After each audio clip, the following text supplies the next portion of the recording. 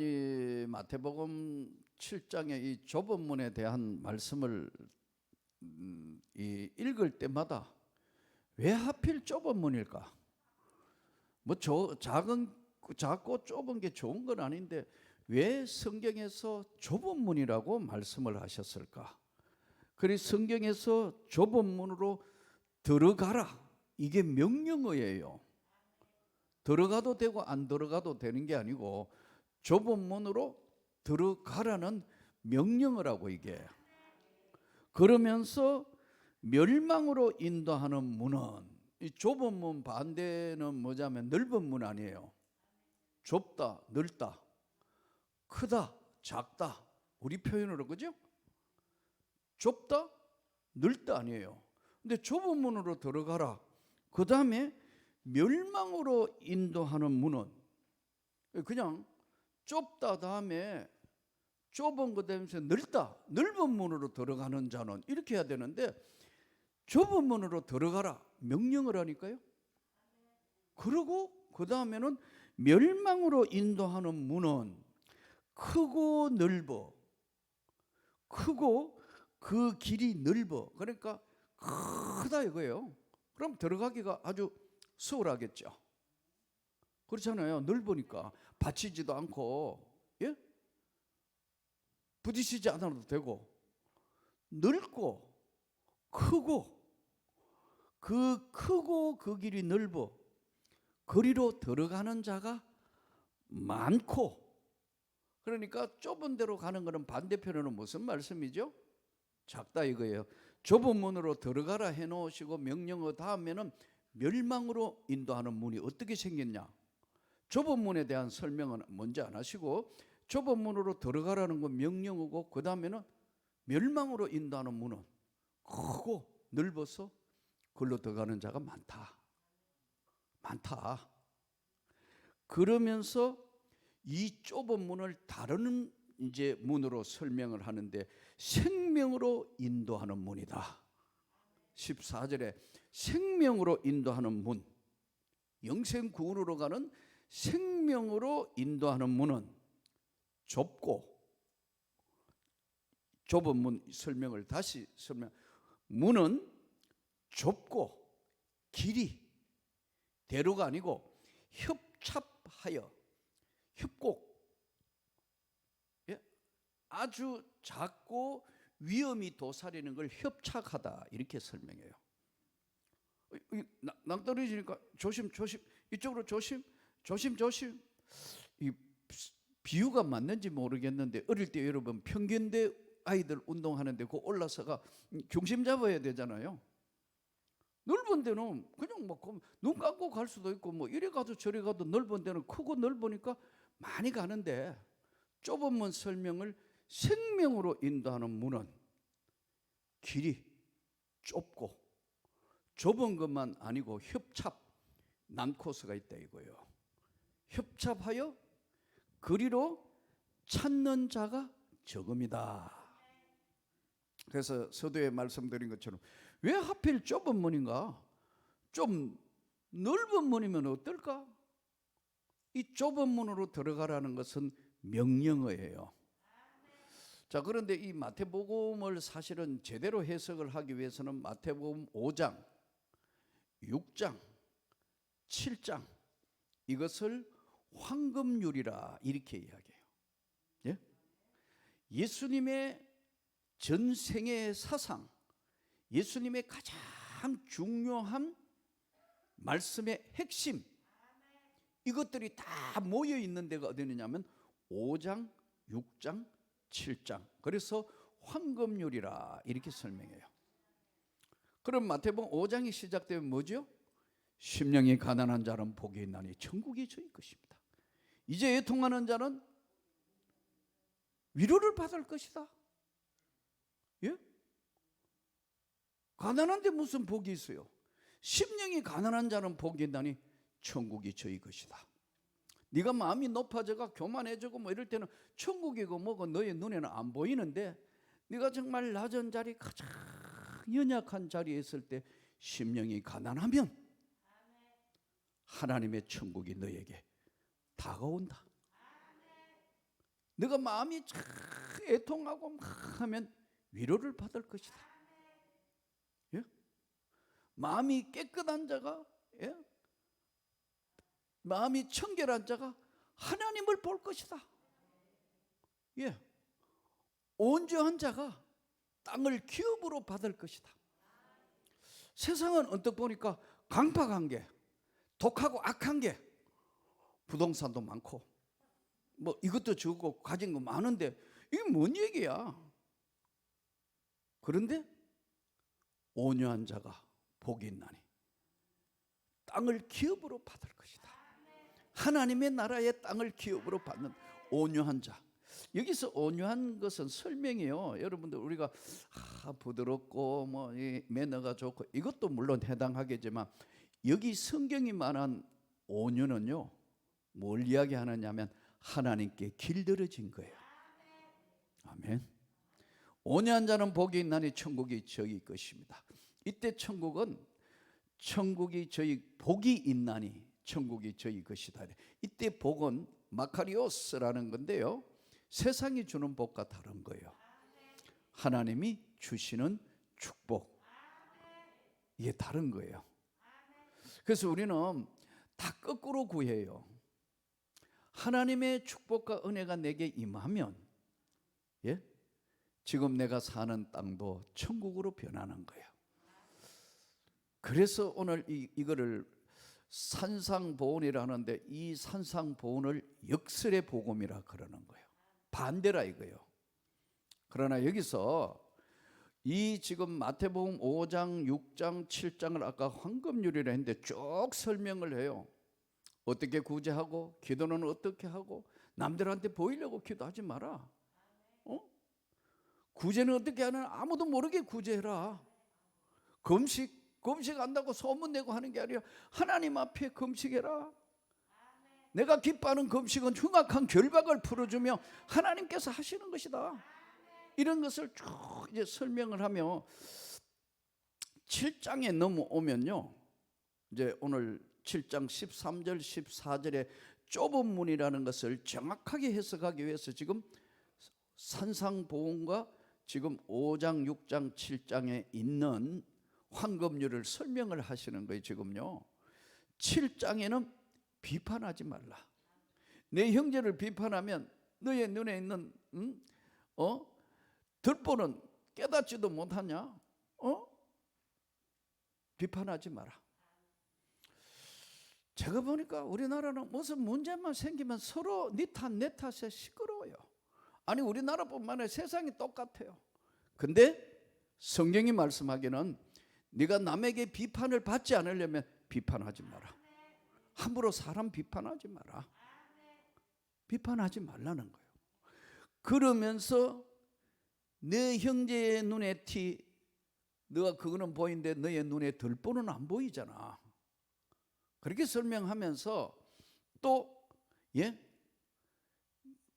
이 마태복음 7장 7절에서 7장 12절부터 14절 여기 넘어가면 이제 어떻게 하느냐면은 구하라 그러면 주실 거고, 찾아라 그러면 찾을 것이고, 두드리라 그러면 열릴 것이니라.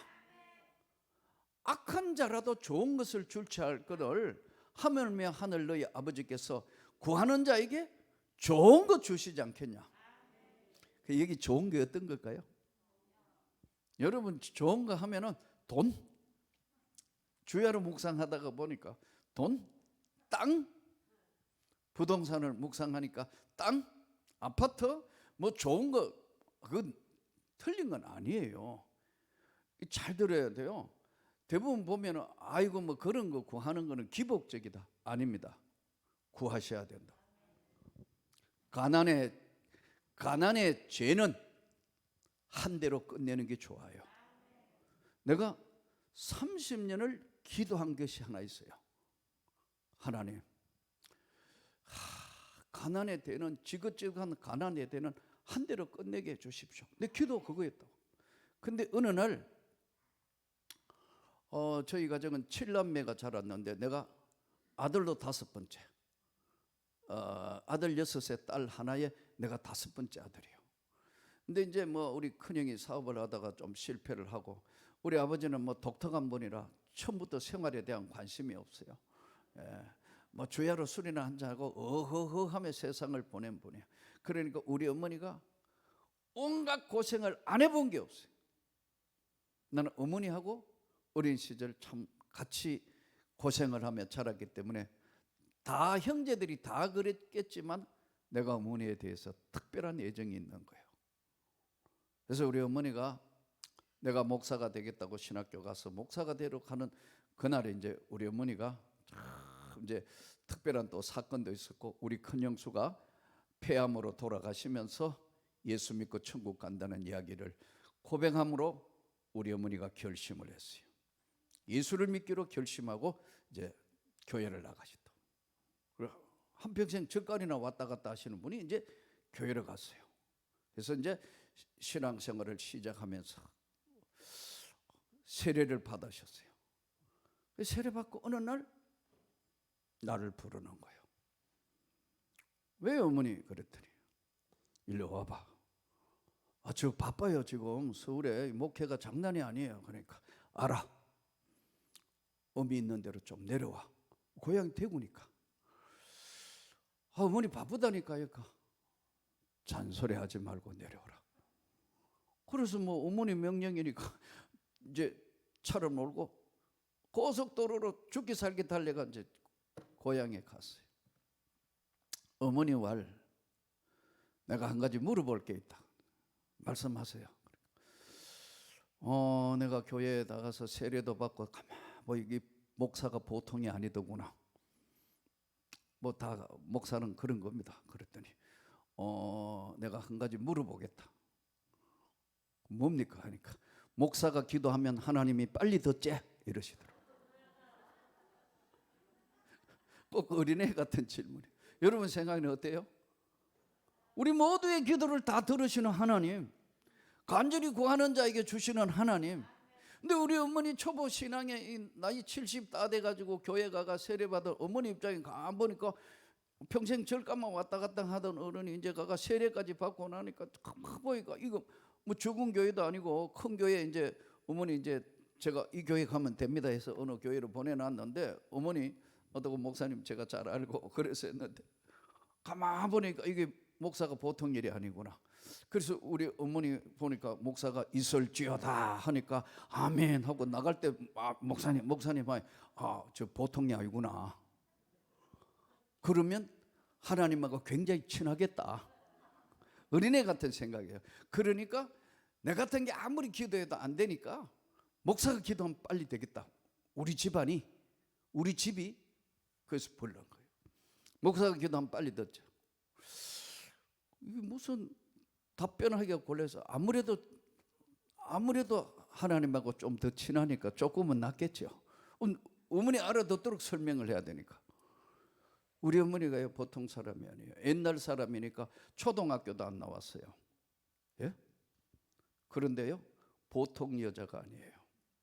보통 사람이 아니라고. 내가 대구에 첫 사범대학을 졸업하고 학교 교사로 가는 날 어느 날 어머니가 옆에 가만히 보더니요, 내가 여자지만 한글도 모르니까 너무 답답하니까 나 한글을 가르쳤다고. 예? 이랬더니 배워야겠다. 그래서 가교, 거교, 고교 가르친다는 거예요. 그리고 그걸 다 한글을 띄기 때문에 이름을 쓸 줄 알고 성경을 읽으셨다니까요. 그러니까 한글도 몰라서 뭐 어떻게 되겠어요? 그러니까 보통 여자는 아니에요. 또 집안이 어렵고 힘들었으니까 제가 가끔 웃으며 그런 이야기 하는데, 뭐 초등학교, 중학교, 고등학교 과정에 남들 다 사가는 도시락을 거의 한 번도 못 사갔다니까요.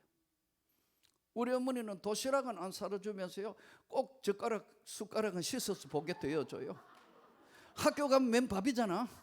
친구들 얻어먹든지 굶으면 안 된다는 게 그게 우리 어머니 교육이요. 그래서 맨날 가가지고 야 1분단 오늘 미안한데 1분단 협조해 주기 바란다 이래가지고 도시락 뚜껑으로 1분단, 내일은 2분단이 협조해 주기 바란다, 3분단 협조, 4분단, 그때는 5분단까지 있었거든요. 그렇게 또 얻어가지고 한쪽에는 밥, 한쪽에는 반찬 얻으면요 내가 제일 골고루 많이 먹어요. 얻어먹을 수 있는 것만 해도 하나님의 은혜라니까요. 그러니까 그거 나만 먹는 게 아니고 또 옆에 굶는 놈도 하나 밥부터 같이 준다고 또. 그때부터 그다 먹이는데 선수예요. 혼자 먹는 게 아니고 또 나눠 먹는 것도 잘해. 그럼 미안하잖아요. 그렇죠? 맨날 얻어먹으니까. 그러면 그 친구의 애로상을 내가 들어주는 거예요. 뭐? 그런 애로상 알았어, 내가 해결해 줄게. 그런 거 잘하다가 어다가 보니 목사가 되었던데. 한 번은 어느 교회, 큰 교회인데 새생명 축제 강사로 갔어요. 뭐 설교하고 이제 내려오는데 나를 누가 이래 보더니요, 예? 맞다 그러더라고. 이게 지나가는데 맞다 뭐가 맞는지 보니까 야 이덕진 이러더라고. 목사 보고 내 이름 부르는 건 처음이에요. 교회 가가. 이랬더니 고등학교 어디 나온 거 아니냐 하더라고. 맞는데요 이러니까 네 누구다 하더라고. 보니까 그 교회 장로예요. 그래서 놀래고 너 여기 장로야? 진짜 장로야? 그랬더니 장로님이야? 그러니까 그렇대요. 야 네가 장로님이 됐나? 했더니 너는 목사 됐잖아 그러더라고. 그 다음부터 다시는 그 말 안 하기로 했어요. 근데요, 제가 자주 말씀드리면 계획은 인간이 할지라도 걸음을 인도하시는 건 여호와 하나님이시라. 우리 인생 전반을 하나님 인도하시니까. 그래서 어머니가 단순한 생각에 형을 위해서 기도해라. 이 집안이 잘 되려면은 너의 형이 잘 돼야 이 집안이 되는 거야. 관마대로 어머니 말이 맞긴 맞아. 맨 마지가 집안이 잘 돼야 집안이 되는 거 아니에요. 어미하고 약속을 해라. 네 형을 위해서 네가 기도를 해라. 알았어 어머니. 30년을 기도했다니까. 야 그렇게 뭐 사업하다가 실패하던 형이 드디어 성공해서,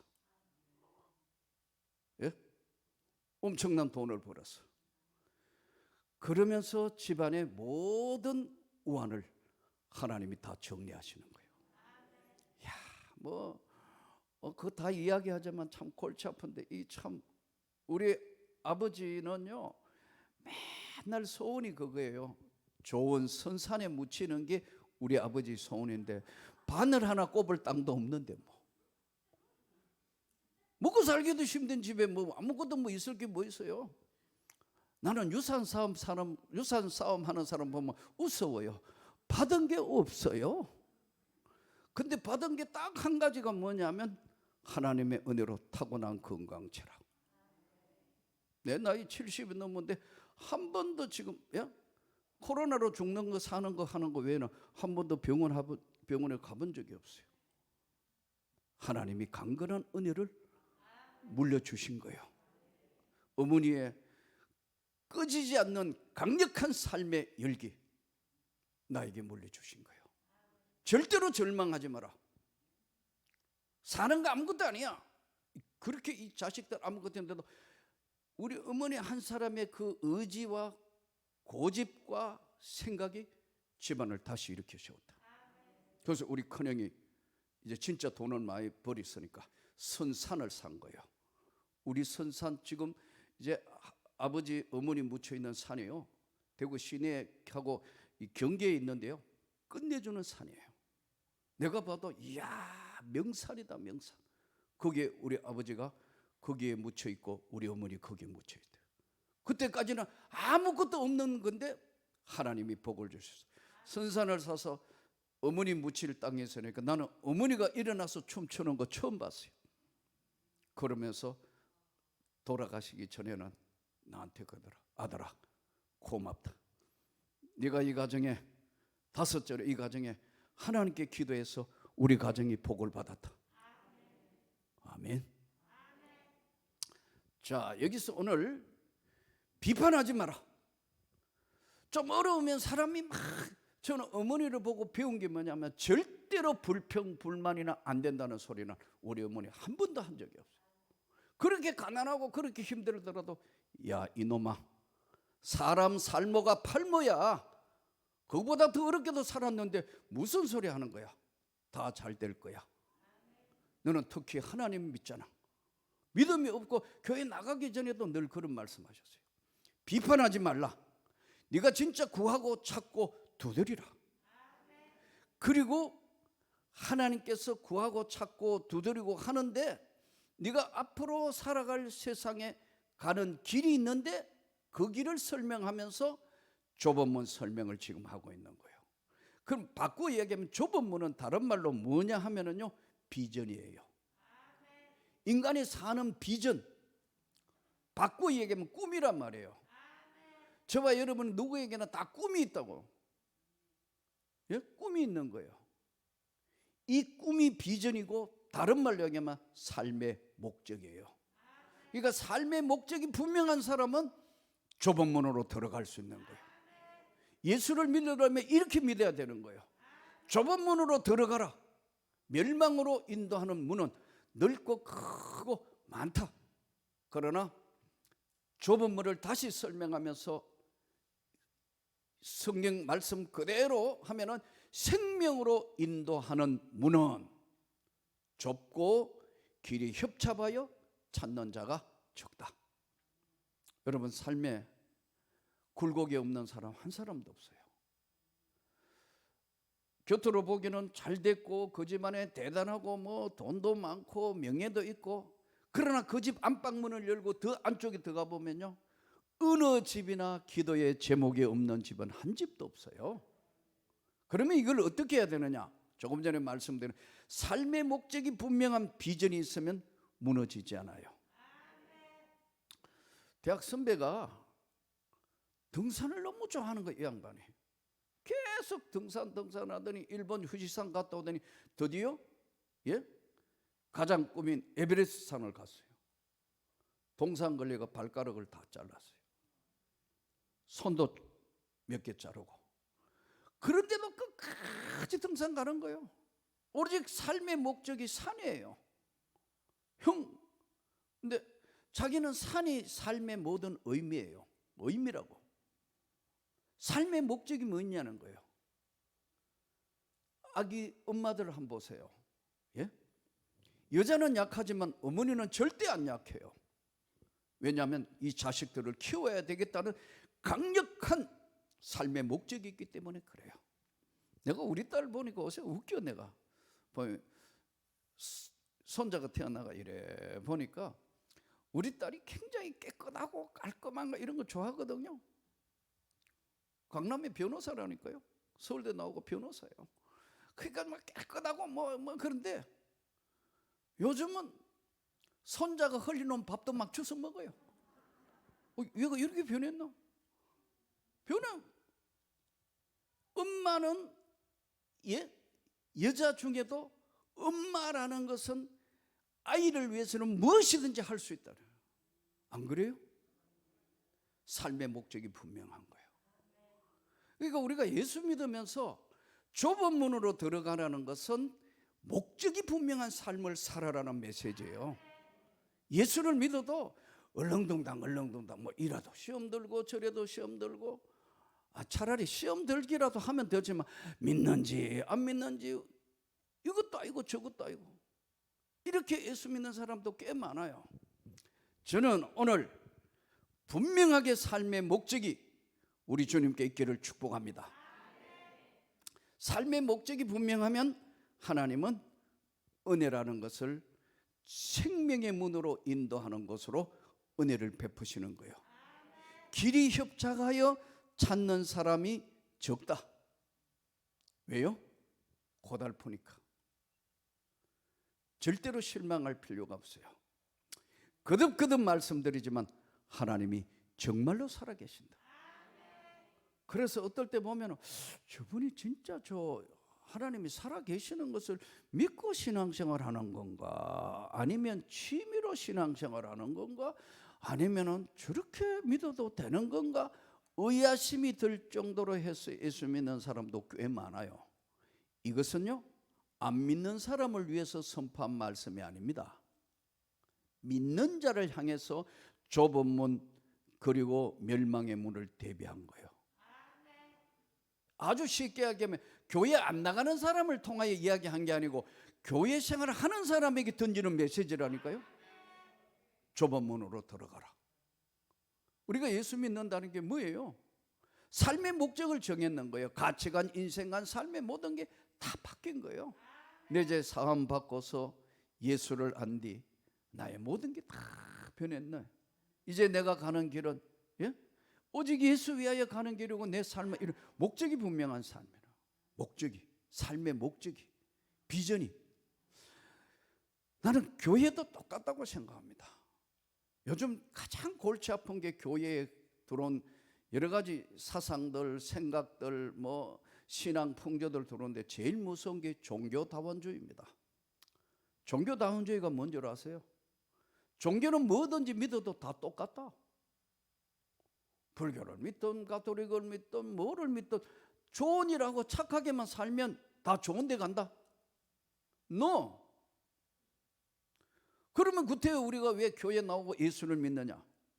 예수님 말씀이 내가 길이고 진리고 생명이니 나로 말미암지 않고 아버지에게 올 자가 한 명도 없다 그랬다고. 분명하게 예수의 십자가 보혈의 은혜 외에는 구원이 없어요.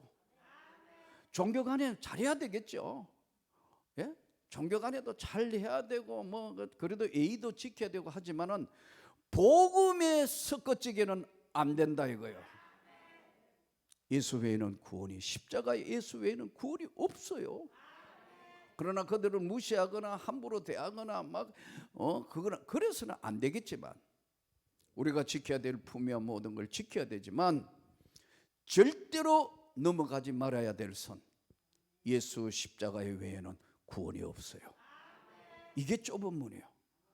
그러다가 살다가 보니까 별소리 다 듣는다고. 너만 열심히냐 뭐냐. 참 처음에 결혼해서 아내를 데리고 이제 첫 인사를 하는데 그때가 얼마 안 돼서 이제 명절이고 이제 며칠 뒤에 우리 설날이잖아요. 명절인데 이제 이 제삿날이 명절 제사 지내잖아요. 형들 형수들 다 어머니 아버지 다 근데 이제 우리 집 사람 데리고 왔다. 첫 세며되니까 어떻게 해요? 조상님께 절해야 되잖아. 분위기가 딱 보니까 아버지, 누나, 고모님까지 살아 계실 때고 지금 전부 청청시야에 내가 5번째니까 순번호는 6번째, 아들로 5번째니까 전부 형들 형수들 다 보고 있잖아요.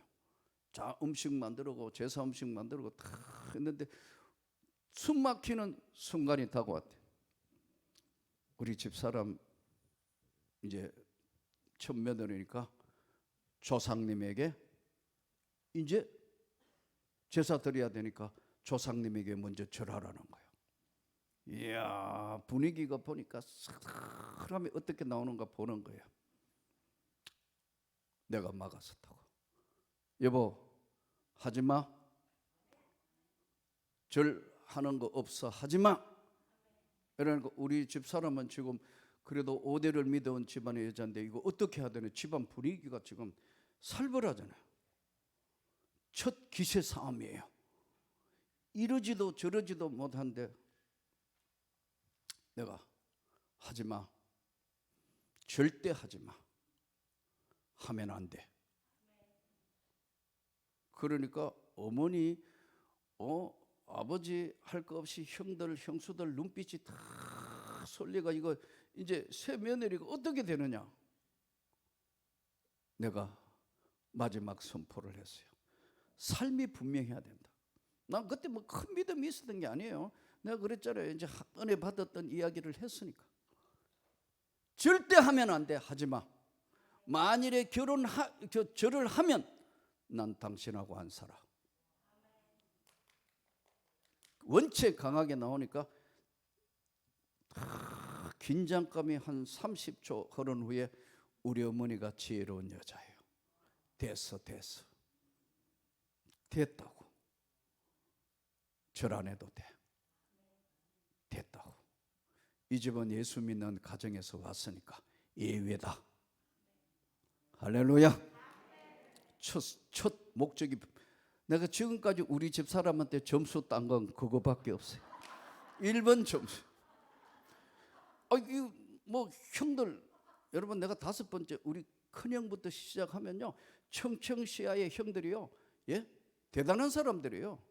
고대 나와가지고 뭐 기업은행 지점장 했고 뭐 나름대로는 다, 큰형은 해양대학 나왔고 대단한 사람들이 나름대로는 다 잘 나가는 사람들이에요, 쉽게 이야기하면.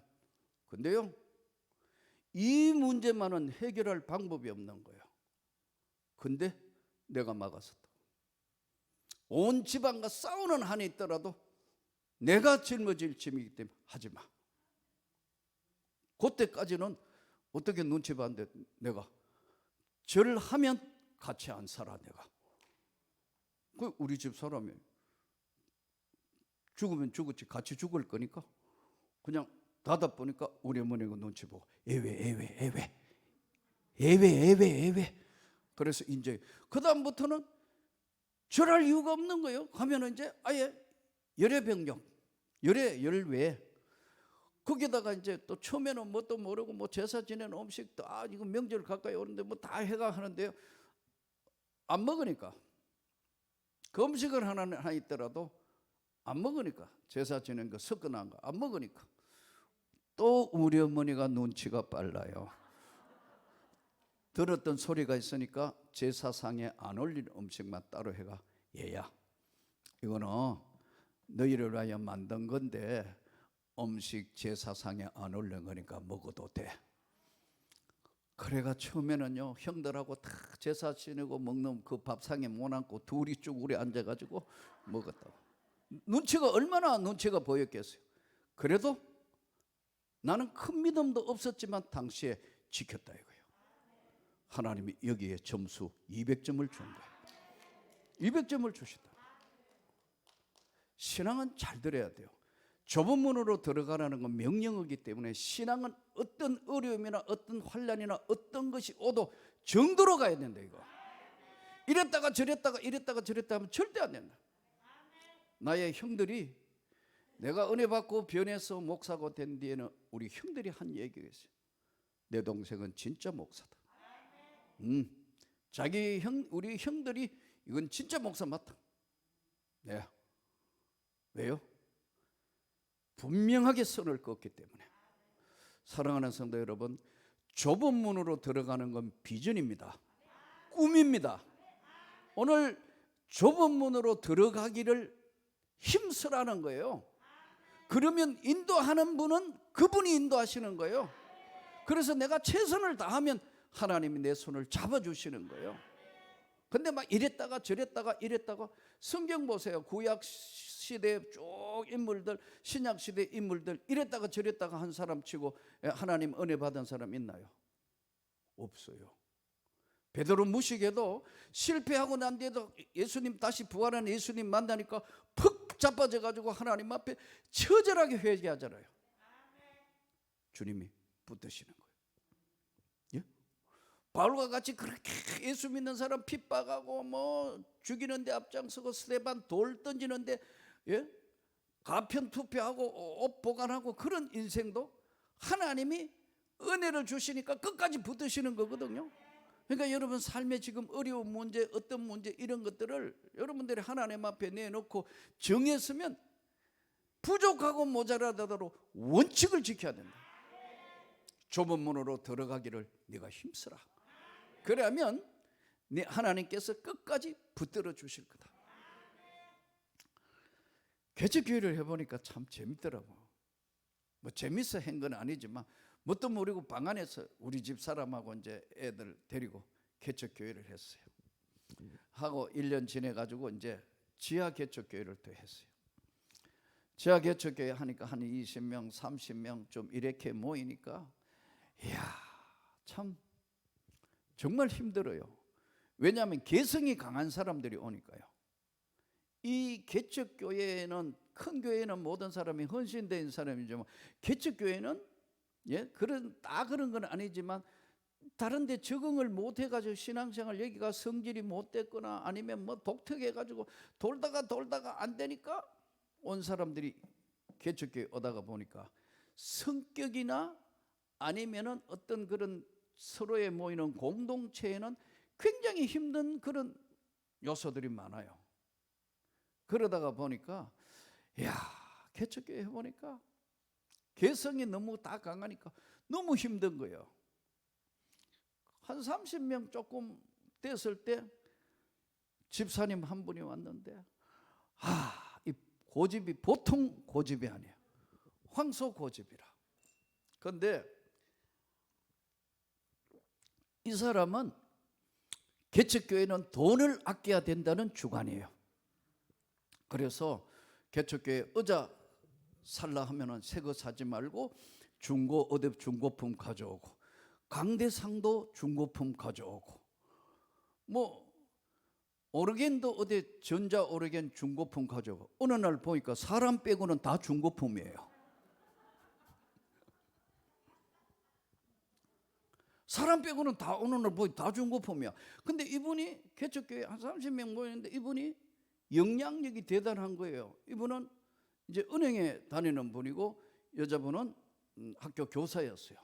그러니까 두 사람이, 여러분, 개척교회, 조그마한 개척교회 두 사람이, 부부가 영향력이, 뭐 헌금도 많이 할 뿐만 아니라 두 사람이 영향력이 굉장히 큰데다가 이 집사님은 굉장히 선동의 은사가 있어요.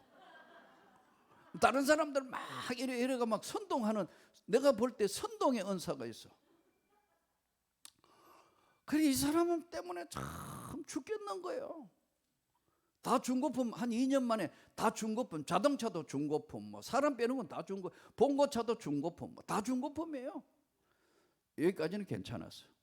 근데 이분은 자기 고집대로 해야 된다. 근데 지금 생각하니까 이것도 하나님의 훈련이었던 것 같아요. 기도를 했어요. 어떻게 하면, 좁은 문으로 들어가라, 오늘 본문이 그건데, 비전과 꿈인데 어떻게 하면 하나님이 기뻐하시는 교회를 할 수 있을까? 나는 지금까지 목회하면서 하나님의 은혜로 이렇게 교회가 잘 성장해서 하나님께서 참 축복을 주셨는데, 근데 나는 큰 교회 하겠다는 욕심을 한 번도 가진 적이 없어요. 교회를 바르게 해야겠다는 것이 지금까지의 내 목회 철학이고, 하나님이 기뻐하시는 교회를 이루겠다는 게, 그게 변함없는 지금까지의 그것이에요. 지금은 이제 하나님 나라를 위해서 이 선교사들을 어떻게 돕고 어떻게 선교를 할 것이냐, 이게 이제 남은 생애 숙제인데, 이제 지금 한 100여 명 이 선교사들을 지금 이제 관리하고, 뭐 보내면 기도하고 막 이제 그걸 하고 있는데, 자, 그런데 이 지금 교회를 할 때 일관되게 쭉 했어요.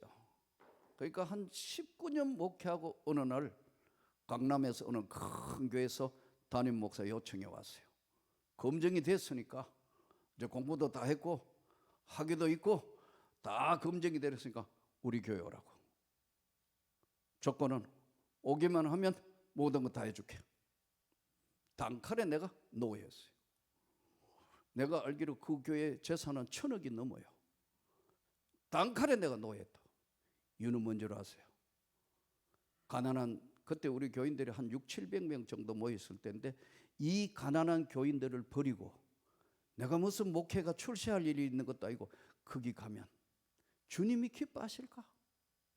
여기 성도들이 엉엉 울고 있으면 난 자신이 없을 것 같아서 단칼에 노예했어요. 뭐 거기는 내 안 가도 광고 내거나 뭐 하면은 뭐 수많은 사람 올 거니까 초청해 준 건 감사한데 저는 안 갈 겁니다. 단칼에 노했어요. 우리 집 사람은 쬐게 마음이 움직였던 것 같아요. 왜? 모든 거 다 어려움 없게 하겠다니까. 근데 지금 와서 마무리하면 딱 생각해보니까 후회 없는 목회를 했다. 자, 그런데 이 지금 개척교회 할 때 이 양반이 전부 자기 주관으로 하는데, 개척교회 한 3년, 지하에 한 2년 차, 3년 차 올 때 이런 생각이 들더라고요. 하나님이 가장 기뻐하시는 게 뭘까?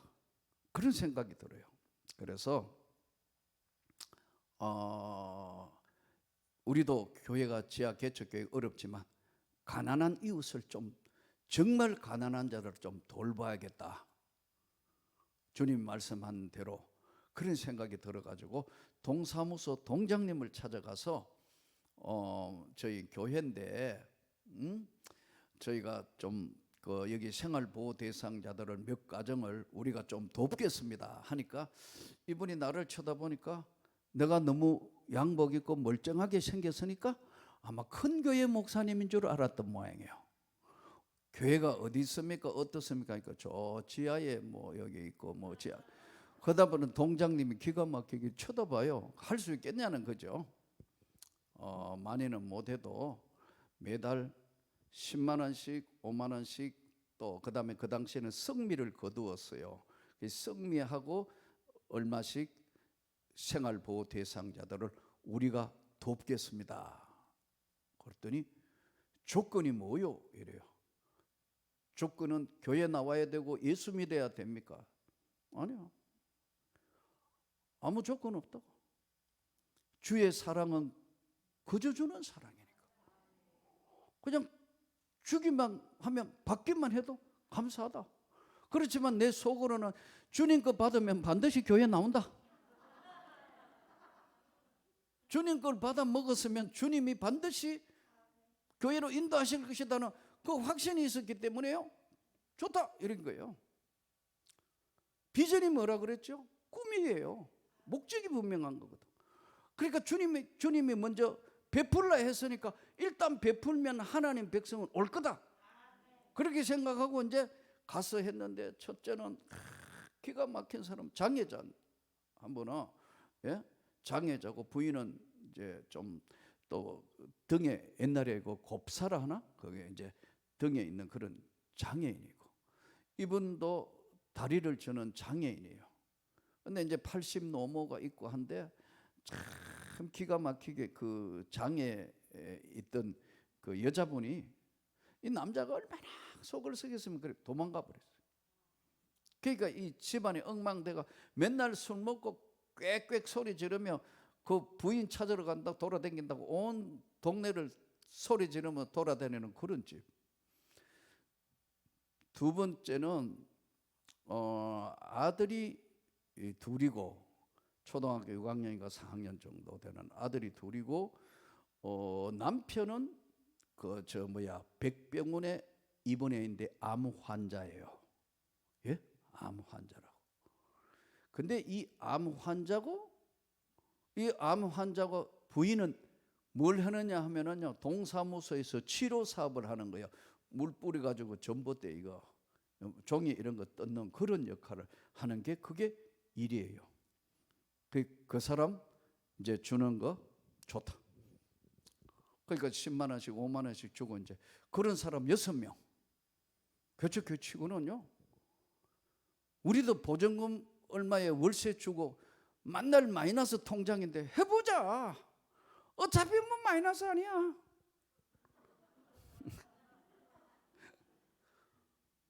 기왕에 가는 살림 무슨 밥이라도 많이 준다 하더니 막 좋다. 해보자. 절대 부도 날 건 아니니까 하나님 알아서 하신다. 그냥 월세 주니 못 주니 하면서도 계속 이제 하는 거예요. 그런데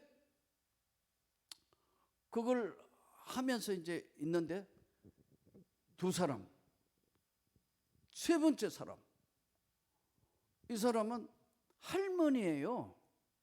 이 할머니인데 요즘은 그런 거 지하철이나 인데 아무리 찾아도 없지만 지하철에서 나오면 껌 파는 할머니예요. 껌을 판다고 이렇게. 근데 이 껌 파는 할머니가 고향이 아마 호남 분인데 딸이 셋이라고 그래요. 근데 이 딸들이 아무도 어머니를 사위가 돌볼 사람이 없어서 혼자 사는 거예요. 근데 집이 없어요. 참 마음 아픈 사람 많아요. 집이 없어서 계단이 이렇게 돼 있는데 이렇게 보니 연립주택 이렇게 해가 이렇게 꺾어서 올라가는데 요렇게 계단해가 이렇게 올라가는 그 사이에 요렇게 커브트는 거기에 밑에 스티로폼을 깔아놓고 앞에 비닐을 쳐가지고 풍로 갖다 놓고 거기에서 끓여 먹고 사는 할머니. 겨울에는 얼마나 춥겠어요. 그래서 그 겨울에는 막 이불 걸어놓고, 야, 사람 사는 게 그런 거. 그 할머니 혼자 사는 게 아니고 그 할머니 또 그런 비슷한 사람 2사람하고 3명이 거기 살아요. 계집도 아니고. 이야, 이제 기구만장한 사람들이 있더라. 그래서 뭐 그런 사람 기타 등등 6 가정을 이제 돌보는 거예요. 근데 해보니까 만만찮아요. 그래서 어떻게 하느냐 하면은 이분들은 교회 나오는 분이 하니까 매월 마지막 주일날 오후 찬양 예배 때, 오후 예배를 3시에 하는데 이제 2시쯤에서 3시, 그러면 이제 이 사람들한테 연락이 가면은 이제 자기들은 매월 마지막 주일날 오후 3시에 예배 드리기 전에 받아가는 거예요. 그럼 우리는 그 쌀하고 돈을 드리고 이제 가고, 또 장애 있고 이런 분들은 안 되면 우리 집사님들이 그 집까지 실어주고 아까 작은 이제 생활비 보조를 드리고, 이게 일이었어요. 근데 1년을 해봤어요. 하자애가 이제 성도들을 다 설득해서. 그 1년 해도 아무도 교회 안 나오잖아요. 그러니까 아까 그 김 집사가요, 선동의 은사가 있다 그랬죠. 목사님, 예, 1년 동안 내 지금 다 했는데도 한 명도 교회 안 나오잖아요. 그러니까요, 국가도 못하는 일을 교회가 할 필요가 없으니까 이 사람들은 예수 믿을 희망이 없으니까 삭수가 노라니까 아예 다른 걸 하고 이거 하지 맙시다. 그래가지고 또 반기를 드는 거예요. 선동의 은사. 그래가지고 안 된다 해가 어떻게 해요?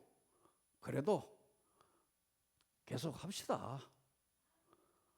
그래가지고 1년 연장해가 2년을 했는데도 한 명도 안 나오네요.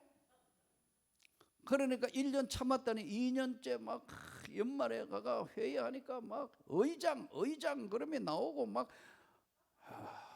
참 꼴불견이에요.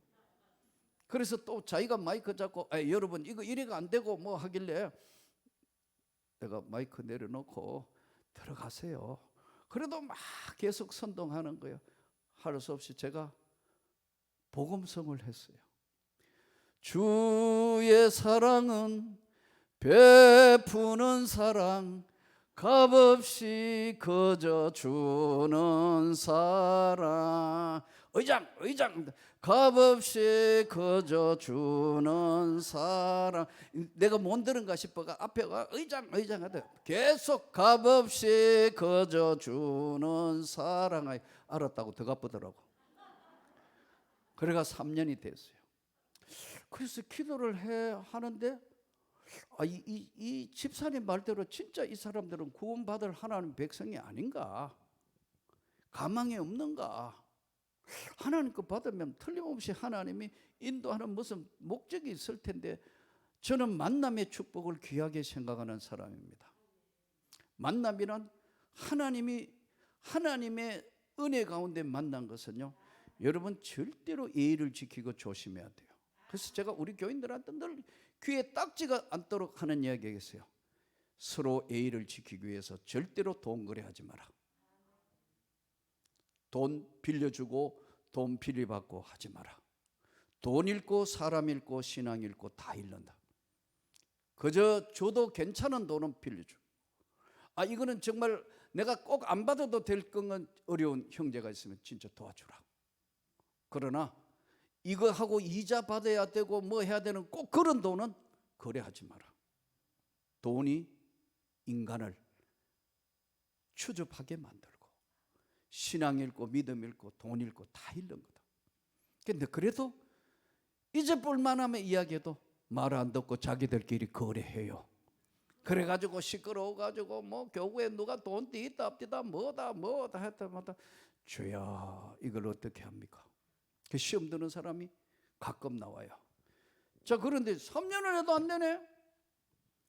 그러니까 이제 지금 교인들도 그 선동 집사님 말이 맞는 거로 싹 바뀌더라고. 나도 좀 띵하게 3년이 됐는데, 예? 성경에도 보면은 기다려보고 안 되면 열매 못 맺는 나무는 찍어버리라 했는데 3년이면 시효가 다 돼 가는데 속으로 기도하면서 하나님 알아서 하시겠지.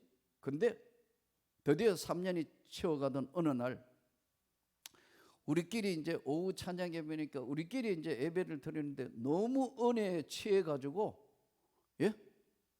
계속 뭐 찬양하고 기도하는데 밖에서 받으러 온 사람들을 잊어버린 거예요. 그러니까 밖에서 보면 이게 줄 생각을 안 하는 거야. 이게 줄 때가 됐는데 왜 문을 안 열고 저것끼리 막 계속 찬양하고 주야하고 하니까 어떻게 된 거냐? 당신이 들어가 봐, 네가 들어가 봐, 막 서로 그러다가 뒤에서 떠밀어 본 거예요. 그러니까 한 사람이 3년 만에 다리 저는 그분이 떠밀리가 이렇게 들어오는 거예요. 보니까 가만있어, 오늘 지금 주는 날인데 시간을 보니까 시간이 벌써 뭐 꽤 많이 흘렀어요. 40-50분도 넘었어. 그러니까 이분은 떠밀어 보니까 다시 못 나가가 떠밀려 가지고 제일 뒤에 의자에 앉아 있는 거예요. 이렇게 다시 나가기는 자기도 머쓱하니까. 그래 이제 지금 중단하고 하기도 그렇고 또 3년을 했는데 움직이지 않으니까 미워. 내 마음도. 저런 사람들이 다 있지. 감사할 줄 모르나? 그런 생각이 들어서 에라 모르겠다. 그래가지고 계속 찬양하고 기도해버린 거예요. 그래서 그때 많이 불렀던 찬송이 예전 첫 우리가 옛날에 여러분 예수 믿었을 때 세상에서 방황할 때 이 찬양을 막 하다가 막 그러니까요. 시간이 많이 흘러서 이제 죽다고 끝나고 가니까요. 고개를 탁 숙이겠더라고. 그러더니 내 손을 꽉 잡는 거예요. 깜짝 놀랐더니 나 같은 것도 예수 믿어도 됩니까? 나 같은 인간도 예수 믿어도 되는 거예요. 되고 말고요. 그랬더니 막 울더니 이분이 교회 문을 쫙 열더니 다 돌아와 이러니까 한목에 다 돌아온 거예요. 한목에 입장, 한목에 전도된 거예요. 나 별거 다 해봤어 하여튼. 그러니 내가 할 말을 이 사람이 하는 거예요. 여러분 교회 구제를 받아가 3년 동안 받았으면 믿어야지. 아이고 나 참 내가 할 말을 이 사람이 대신 다 하는 거예요. 다음부터는 교회 나와요. 이러도록 웃기는 사람이야. 하여튼 갑자기 전도 멤버로 바뀌어가지고 그때부터 다 나온 거예요. 그래서 그 첫 주 나오고 그 다음 주 나오고 그 다음 주 나오나 안 나오나 긴장된 모습 또 다 나왔어요. 또 다 나왔어요. 교회 다 나온 거예요. 이야, 하나님이 오래 참고 영혼을 구원하는 데는 여러분 가족 구원이나 친한 친구 구원이나 이것은요 오래 걸립니다. 단방에 되는 경우도 있지만은 특별한 경우고 그렇지 않는 경우는요 오랫동안 기도한 기도를 통해서 역사하시는 거예요. 3년 만에 그 영혼들을 하나님 거두시는 거예요. 그래가지고 이제 그 지하 교회에서 이분들이 열심히 하다가 이제 그 지역도 개발되고 해서 이제 새로 이제 지상으로 올라와서 이제 아름다운 교회로 이제 본격적으로 교회가 성장식이 되면서 이제 왔는데 다른 사람들은 다 지역 개발이 되니까 다 멀리 가고 껌 파는 할머니 끝까지 나온 거예요. 끝까지 나왔다고. 그래서 이제 끝까지 나온데 하나님이 그 자녀들에게 복을 주시는 거예요.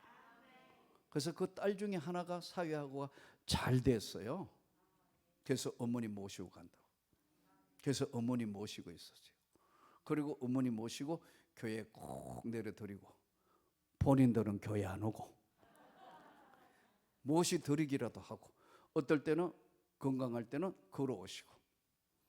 자, 그런 시간이 꽤 흘렀는데 어느 날 이 할머니가 나한테 찾아왔어요. 목사님, 예.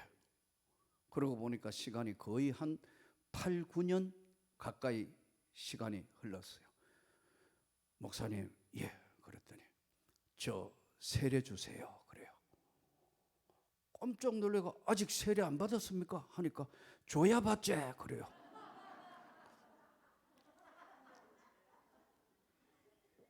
아차, 이 어른들을 못 챙겼구나. 교회가 막 성장하다가 보니까 사각지대가 생긴 거예요. 그러니까 아직도 세례 못 받았습니까? 하니까 줘야 세례를 받지 그러더라고. 아하. 그러면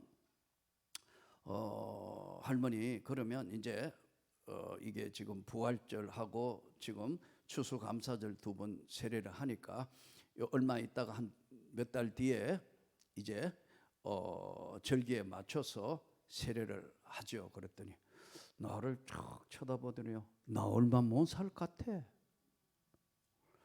그래서 다시 이제 눈을 본 거예요. 눈과 얼굴을 쫙 보니까 그 말이 너무 가슴속에 꽉 들어오는 거예요. 그래요? 그렇게 빨리 세례를 받고 싶어요? 그랬더니 내 생애에 마지막 할 일이 그것 같다. 그래서 여러분 잘 들어야 합니다. 좁은 문으로 들어가라. 명령을 하니까요. 거기는 좁고 협잡하여 찾는 자가 적다. 넓은 길로 들어가는 데는 크고 넓어서 거리로 들어가는 자가 많고, 생명으로 인도하는 문은 좁고 길이 협잡하여 찾는 자가 적다. 이 할머니 마지막 인생의 목적이 세례받는 거예요. 근데 이제 때가 찼는데 이 보니까 교회가 커지거나 목사가 정신이 없어가 막 바빠가 맨 쫓아다니고 개척교회 손 안에 들어오는 숫자 이거 하고 여러분 이 교회가 이제 부흥이 본격적으로 시작되니까 목사님이 얼마나 바쁘다는 거 할머니도 다 아는 거예요. 그러니까 말을 못 하신 거예요. 쉽게 이야기하면 저 목사님 너무 바쁜데 내가 혹시 피해 끼치는 거 아닌가? 피해 끼치는 거. 그래서 그냥 이제 넘어왔는데 이제 자기 몸이 안 좋으니까 이야기를 하신 거예요. 아차. 그래서 그러면 그 다음 주에 세례를 할 거니까 한 주간 동안 기도하시면서 준비를 하세요. 근데 교회는 지금 세례 기간들도 있고 세례 문답도 하고 해야 되는데 할 수 없이 이 할머니 이제 그 다음 주에 약속대로 온 거예요. 그래서 선임 부목사 보고 준비해라. 그래서 선임 부목사가 성찬 그릇하고 다 준비해서 세례 문답을 내가 하는 거예요. 예수를 구주로 영접한 걸 믿습니까? 믿고 말고. 그 다음에는 말을 안 하면 좋겠는데 믿고 말고 그러시니까 이때까지 왔지 그러더라고요.